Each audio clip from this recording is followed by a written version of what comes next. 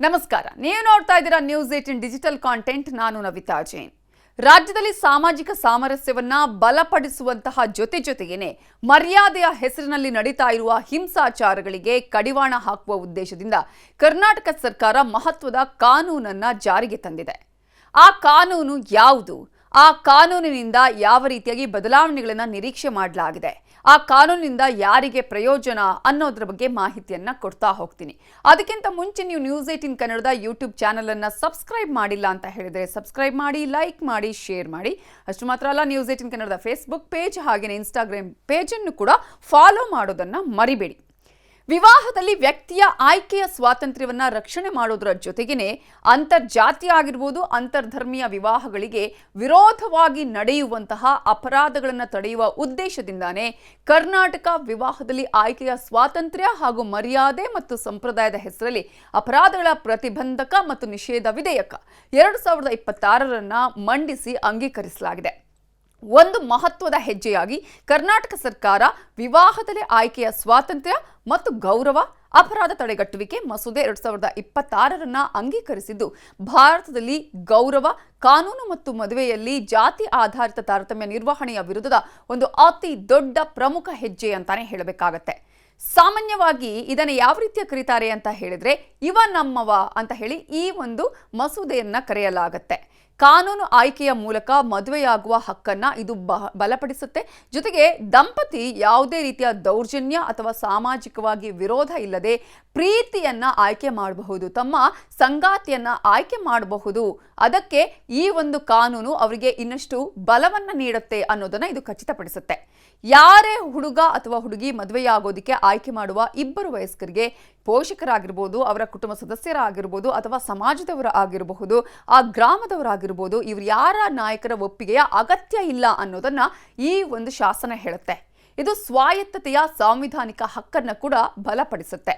ವೈಯಕ್ತಿಕ ಆಯ್ಕೆಯು ಒಂದು ಮಾನ್ಯ ಒಕ್ಕೂಟಕ್ಕೆ ಏಕೈಕ ಅವಶ್ಯಕತೆಯಾಗುತ್ತೆ ಅನ್ನೋದನ್ನು ಹೇಳುತ್ತೆ. ಯಾವುದಾದ್ರೂ ಒಂದು ದಂಪತಿ ವಿರೋಧವನ್ನು ಎದುರಿಸಬಹುದಾದರೆ ಆಗ ಅವರ ಸುರಕ್ಷತೆಯನ್ನು ಖಚಿತಪಡಿಸಿಕೊಳ್ಳುವುದಕ್ಕೆ, ಅವರ ಯೋಗಕ್ಷೇಮಕ್ಕೆ, ಬೆದರಿಕೆಗಳ ಬಗ್ಗೆ ಏನಾದರೂ ಅವರು ವಿನಂತಿ ಅಥವಾ ದೂರನ್ನು ಸ್ವೀಕರಿಸಿದಂತಹ 6 ಗಂಟೆಯೊಳಗೆ ಪೊಲೀಸರು ಅವರಿಗೆ ರಕ್ಷಣೆ ಕೊಡಬೇಕು ಅನ್ನೋದನ್ನು ಕೂಡ ಈ ಮಸೂದೆಯಲ್ಲಿ ಹೇಳಲಾಗಿದೆ. ಹೊಸ ಕಾನೂನಿನ ಪ್ರಮುಖ ಲಕ್ಷಣ ಅಂದರೆ ಪ್ರತಿ ಜಿಲ್ಲಾ ಕೇಂದ್ರಗಳಲ್ಲಿ ಸುರಕ್ಷಿತ ನಿವಾಸಗಳು ಅಥವಾ ಸುರಕ್ಷಿತ ಮನೆಗಳನ್ನ ಕಡ್ಡಾಯವಾಗಿ ರಚನೆ ಮಾಡಬೇಕು ಅನ್ನೋದು. ಈ ಸೌಲಭ್ಯಗಳನ್ನ ಅಪಾಯದಲ್ಲಿರುವಂತಹ ದಂಪತಿಗಳಿಗೆ ನೀಡಬೇಕು. ಅವರು ಸುರಕ್ಷಿತ ಮತ್ತು ಖಾಸಗಿ ವಸತಿಯನ್ನ ಒದಗಿಸುವಂತಹ ಕೆಲಸ ಆಗಬೇಕು. ಇದಲ್ಲದೆ ಮಸೂದೆಯು ಗೌರವ ಅಪರಾಧಗಳ ವಿಶಾಲ ವ್ಯಾಖ್ಯಾನವನ್ನು ಕೂಡ ಪರಿಚಯ ಮಾಡ್ತಿದೆ. ಸಾಮಾಜಿಕ ಬಹಿಷ್ಕಾರಗಳನ್ನು ಹಾಕೋದು, ಬಹಿಷ್ಕಾರ ಅಥವಾ ವ್ಯಕ್ತಿಗಳಿಗೆ ಕಿರುಕುಳವನ್ನು ಕೊಡೋದು ಅಥವಾ ಮದುವೆಯನ್ನು ನಿರಾಕರಿಸುವ ಉದ್ದೇಶವನ್ನು ಹೊಂದಿರುವಂತಹ ಸಾಂಕೇತಿಕ ಆಚರಣೆಗಳಂತಹ ಕ್ರಮಗಳನ್ನ ಅಪರಾಧೀಕರಿಸುತ್ತೆ. ಅಂದ್ರೆ ಕೆಲವರು ಯಾರಾದ್ರೂ ಮದುವೆ ಆಗ್ಬಿಟ್ರೆ ಸಾಕಷ್ಟು ರೀತಿಯಾದಂತಹ ಒಂದು ಅವರ ಮನಸ್ಸಿಗೆ ನೋವು ಉಂಟು ಮಾಡುವಂತಹ ರೀತಿಯಲ್ಲಿ ಆಚರಣೆಗಳನ್ನ ಮಾಡ್ತಾರೆ. ಇದನ್ನ ಕೂಡ ವಿರೋಧಿಸುತ್ತೆ. ಮರ್ಯಾದಾ ಹತ್ಯೆ ಹೆಸರು ನಡೆದಂತಹ ಅನೇಕ ಕೊಲೆಗಳನ್ನು ನಾವು ನೋಡಿದೀವಿ. ಮಗಳನ್ನ ಸಾಯಿಸಿದಂತಹ ಘಟನೆಗಳು ಅಥವಾ ತನ್ನ ಮಗನನ್ನೇ ಹೊರ ಹಾಕಿದಂತಹ ಘಟನೆಗಳು, ಹುಡುಗ ಅಥವಾ ಹುಡುಗಿಯ ಮನೆಗೆ ಬೆಂಕಿ ಹಚ್ಚಿದ ಘಟನೆಗಳು, ಮನೆ ಜಮೀನನ್ನ ಹಾಳು ಮಾಡಿರುವಂತಹ ಘಟನೆಗಳು, ಕುಟುಂಬಸ್ಥರಿಗೆ ಹಿಂಸೆ ನೀಡಿದಂತಹ ಘಟನೆಗಳು, ಊರಿಂದ ಆಚೆ ಹಾಕಿ ಬಹಿಷ್ಕರಿಸಿದಂತಹ ಘಟನೆಗಳು, ಜೊತೆಗೆ ಮರ್ಯಾದಾ ಹತ್ಯೆ ಅನ್ನೋದಕ್ಕಿಂತ ಜಾಸ್ತಿಗೆ ಕೆಲವರು ತಮ್ಮ ಮನೆಯಲ್ಲಿ ಮಗಳು ಸತ್ತೇ ಹೋದ್ಲು ಅಂತ ಹೇಳಿ ಸಂಪ್ರದಾಯವನ್ನ ಆಚರಣೆಯನ್ನ ಮಾಡಿರುವಂಥದ್ದು. ಸೊ ಇವೆಲ್ಲದಕ್ಕೂ ಕೂಡ ಈ ಒಂದು ಮಸೂದೆಯನ್ನ ತರಲಾಗಿದೆ. ಇನ್ನು ಕಾನೂನು ವರ್ಸಸ್ ಗೌರವ ಅನ್ನುವಂಥದ್ದು ಅಪರಾಧ ಮಸೂದೆಯು ಗೌರವ ಆಧಾರಿತ ಹಿಂಸಾಚಾರವನ್ನು ನೇರವಾಗಿ ಗುರಿಯಾಗಿಸಿರುತ್ತೆ. ಇದು ಶಿಕ್ಷಾರ್ಹ ಅಪರಾಧ ಕೂಡ ಹೌದು. ಸಂಪ್ರದಾಯದ ಹೆಸರಲ್ಲಿ ದಂಪತಿಗೆ ಹಾನಿಯನ್ನು ಉಂಟು ಮಾಡೋದು ಈಗ ಕಠಿಣ ಶಿಕ್ಷೆ ಮತ್ತು ಭಾರಿ ದಂಡಕ್ಕೂ ಕೂಡ ಕಾರಣ ಆಗುತ್ತೆ. ಭಾರಿ ಹಿಂಸೆ ಮಾಡ್ತಾ ಇದ್ರೆ, ದಂಪತಿಯ ಮೇಲೆ ಹಲ್ಲೆಯನ್ನ ಮಾಡಿದ್ರೆ, ಈ ರೀತಿಯಾಗಿ ಈಗಾಗಲೇ ಕಾನೂನು ತಂದಿರೋದನ್ನು ಉಲ್ಲಂಘನೆ ಮಾಡಿದ್ರೆ, ಮರ್ಯಾದೆಯ ವಿಚಾರದಲ್ಲಿ ಹಲ್ಲೆ ಮಾಡಿದ್ರೆ ಇನ್ನು ಮುಂದೆ ಮಿನಿಮಮ್ 3 ವರ್ಷ ಶಿಕ್ಷೆಯನ್ನು ಅನುಭವಿಸಬೇಕಾಗತ್ತೆ. 3 ಲಕ್ಷ ದಂಡದವರೆಗೂ ಕೂಡ ಶಿಕ್ಷೆ ಇದೆ, ದಂಡವು ಕೂಡ ಇದೆ. ದೈಹಿಕ ಹಲ್ಲೆನೇ ಏನಾದರೂ ಮಾಡಿದಂತಹ ಸಂದರ್ಭದಲ್ಲಿ 2 ವರ್ಷ ಮತ್ತು 2 ಲಕ್ಷ ದಂಡ ಕೂಡ ಇದೆ. ಸೊ ಅಂತರ್ಜಾತಿ ಮತ್ತು ಅಂತರ್ಧರ್ಮೀಯ ವಿವಾಹಗಳಿಗೆ ಕಾನೂನು ರಕ್ಷಣೆಯನ್ನ ಇದು ಬಲಪಡಿಸುತ್ತೆ ಅನ್ನೋದನ್ನ ನಾವಿಲ್ಲಿ ಗಮನಿಸಬೇಕಾಗುತ್ತೆ. ಗೌರವದ ಕಾನೂನು ವಿರುದ್ಧದ ಹೋರಾಟದಲ್ಲಿ ದೀರ್ಘಕಾಲದ ಅಂತರವನ್ನು ಕೂಡ ಇದು ನಿವಾರಣೆ ಮಾಡುತ್ತೆ.